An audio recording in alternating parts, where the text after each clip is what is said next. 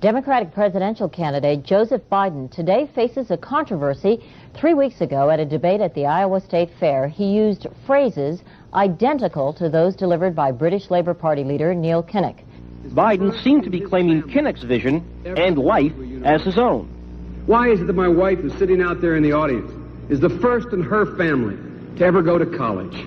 Why is Gladys the first woman in her family, in 1,000 generations, to be able to get to university? My ancestors who worked in the coal mines in northeast Pennsylvania don't come up after 12 hours and play football. 8 hours underground, and then come up and play football. It's because they didn't have a platform upon which to stand. There was no platform upon which they could stand. The notion that every thought or notion or idea you'd have to go back and find and attribute to someone, I think is, quite frankly, ludicrous. The problem here is that Senator Biden told his audience he'd just been thinking about these things, and he failed to give any credit at all to his famous British speechwriter. You know, I was thinking on the way over here. Now that's a little too much, because as you point out, what's behind the words? What's there? And a lot of people, the rap on Biden has always been that it's just a surface. I should have said, to paraphrase Neil Kinnock, it's the only time I didn't, and all the times I've ever used it. But CBS News found a tape of a second instance. It reappeared in the New York Times with a new charge, that Biden had appropriated a famous litany from the late Robert Kennedy about what the gross national product cannot measure. It cannot measure the health of our children, The health of our children, the quality of our education, the quality of their education, the joy of their play, or the joy of their play. Biden gave Kennedy no credit. He has also quoted or paraphrased John Kennedy, Hubert Humphrey, and British Labour Party leader Neil Kinnock, all without credit. Joseph Biden admitted today that he committed plagiarism when he was in law school. He said it was a mistake, but that it was unintentional. He quoted 5 pages of someone else's work without proper citation. I've done some dumb things, and I'll do dumb things again.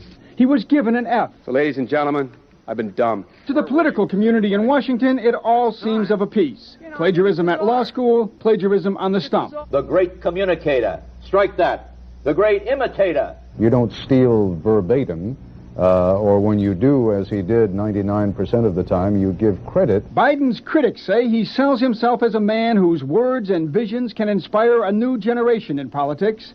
But if the thoughts, phrases, and visions really belong to others, it's a form of false advertising.